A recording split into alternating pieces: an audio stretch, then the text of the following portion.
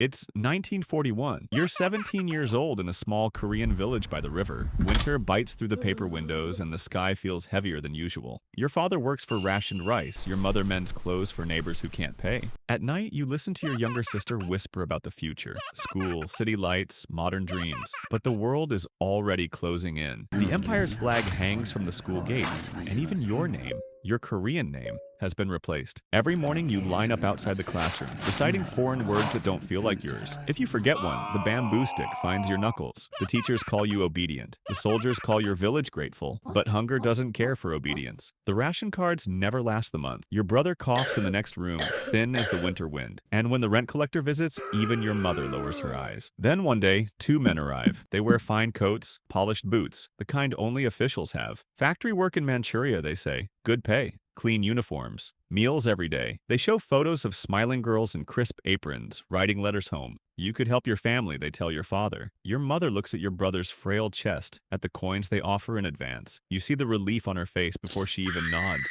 You want to scream no, but your voice has long learned to obey. 3 days later, you climb onto a freight train with 12 other girls. Each holds a bundle, a comb, a photograph, a small piece of home. You wave to your family, the wind swallowing your mother's trembling hands. The guards sit near the doors, laughing loudly, passing bottles. You try to count the telephone poles outside. By night, someone starts crying. By morning, no one does. When the train stops, the air is thick and foreign. The signs are in Japanese. You're led into trucks that rumble for hours through jungle roads until you reach a compound of wooden huts. A flag flutters above the gate. The interpreter avoids your eyes now. He whispers something that makes the guards laugh. When the gates close behind you, you realize this isn't a factory. This is something else. Something you were never meant to survive. You are chosen as a comfort woman.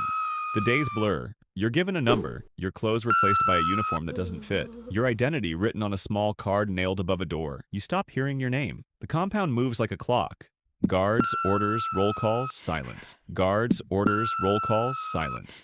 Some girls stop speaking altogether. Others whisper prayers in languages they barely remember. You begin keeping time by the sound of footsteps outside, by the color of the evening sky. Your mind retreats to safer places. Your mother's kitchen, your father's stories by lantern light. Those memories become your only form of escape. You learn how to survive, which guards to avoid, which moments to stay invisible. Sujin, a woman from another village, becomes your anchor. She teaches you small tricks. Smile, but not too much. Speak softly. Make them forget your face. Together, you trade scraps of food, whisper poetry, count stars through broken windows. When new girls arrive, terrified and shaking, you teach them how to hide pieces of themselves, not physically, but somewhere deep inside where cruelty can't reach. In August 1945, the guards seem restless. Fires burn behind the buildings. Papers disappear in black smoke. Rumors spread. The war is ending. One night, under the hum of searchlights, Sujin grabs your hand. Now or never, she whispers. You run through the darkness, cutting your hands on barbed wire, the jungle swallowing your bodies whole. For days, you walk through mud, hunger, and silence until Sujin collapses. You stay with her until her breathing stops, whispering her real name so the world won't forget her. Then, for the first time in years, you keep walking, alone. Months later, you reach Korea. Your village is quieter now. Your father's back is bent.